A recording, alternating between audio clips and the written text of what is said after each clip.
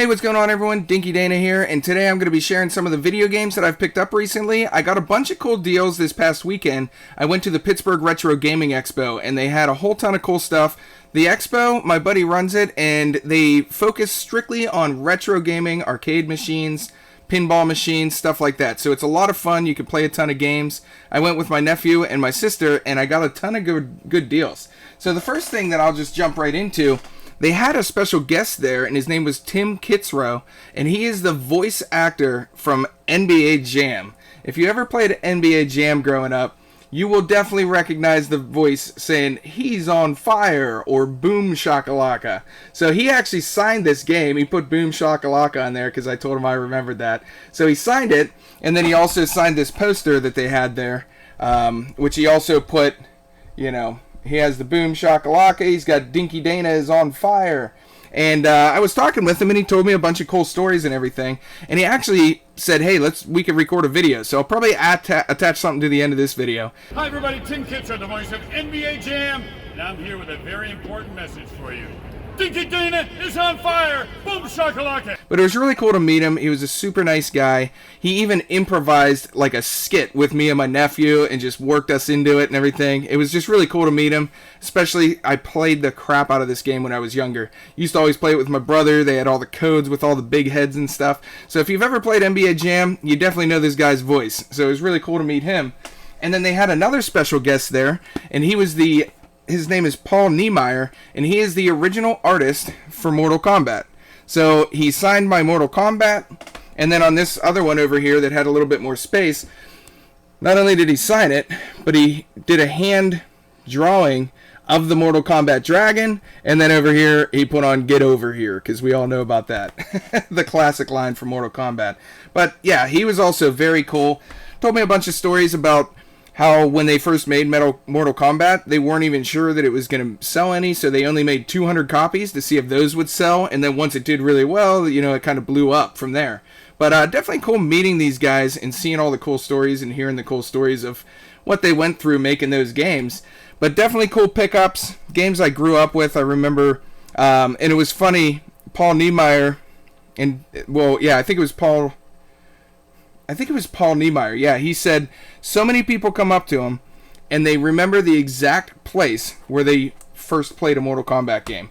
And when I went up to him, I said, I remember playing this on the Sega Game Gear on a trip down to Florida with my parents. I got it. It was like the first time playing it. And he said 70% of the people that come up to him know exactly where they were when they first played Mortal Kombat. So it was really cool. Some other things that I picked up are Mag Max for the NES in the box with manual, and then I also got Swords and Serpents. So just adding those to my NES collection. And then two other things that I got that are really cool. I used to play a board game with my buddy Steve back in high school, and I've always wanted this game, but it used to be it's still super hard to find, but it's called Hero Quest. It's massive. So it's called Hero Quest, and it's kind of like a dungeon crawl D&D style game. And I always loved playing this with my buddy, and I always wanted to try and get it, and it's always so expensive. It was always like $300. Now, recently they came out with a re-release of this, so now I think it's a little bit cheaper. But I saw this, and the lady said she counted up all the pieces. They're all in there. And I got this, and I also managed to get 2 expansion packs. And they were for a great deal. I mean, I've been looking for this game for probably 10 years at least, and I've never seen a decent price on it. And I got all 3 of those for $100. And normally just the game is like $200, and then each of the expansions are like $60 to $100. So that was a great deal. I was super excited to find that. And then the last thing I found, and I'm not sure if this is the one that I grew up with, but when I was like 8 or 10 years old, my parents got me the original Sega Genesis for Christmas. And I remember having Altered Beast. So when I saw this, I know I don't have this edition of the box, but it's boxed complete with everything.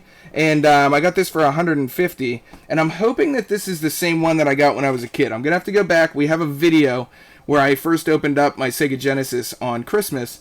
So I'm going to go back and check that video, see if this is the original model that I had, or if I got the one that had Sonic. But was very excited to find this. I always like getting the games that I had as a kid, back in my collection in the box. So we'll see if this is the same one that I grew up with, or if I got a later edition. This box here is the very first printing. So regardless, it's still a cool find. It's worth more than $150, and it was something I definitely was glad to find. And then the last thing, which is kind of like a quick story, the same guy that sold this console had little eggs, and my nephew loves opening up these eggs. And, you know, like anything where it's a prize inside, he likes getting. So he said, okay, let's get 2 of these eggs. And we opened them up, and they either have a piece of paper with level 1 through level 5. If it's level 1, you get like a $5 game credit. If it's level 2, you get level $10, the whole way up to $50 for a level 4. And if it's a level 5, you get a free console. So they were each $10 a piece. Normally I'm thinking, okay, we're just gonna like not get much out of this. So I bought 2. My nephew got a $10 credit, and I got a $50 credit. So it was really cool. We spent $20, got $60 worth of games. All my nephew was looking for the whole time was Switch games. So we ended up getting ARMS, which is kind of like a fighting game, and then we also got G.I. Joe. So he ended up getting 2 Switch games. He was happy. I was happy. The guy was happy. It was just a cool experience, and I had a blast at the Pittsburgh Retro Gaming Expo. So just wanted to show you these games. I haven't done a pickups video in ages. So hopefully you enjoyed watching. Let me know if you remembered playing Mortal Kombat or where you were when you first played it. And NBA Jam. 2 classic games. Super excited to get them, especially along with the boxed Sega Genesis here. So that's all for me. I'll catch you later. If you guys are interested, I'm streaming horror games on Twitch all month in October, going through a bunch of scary games, and then the Five Nights at Freddy's movie is coming out at the end of the month. So I'm playing all the Five Nights at Freddy's games leading up to that. So if you're interested in watching on Twitch, hop on over and join the stream and watch me play some games. All right, catch you all later. Peace.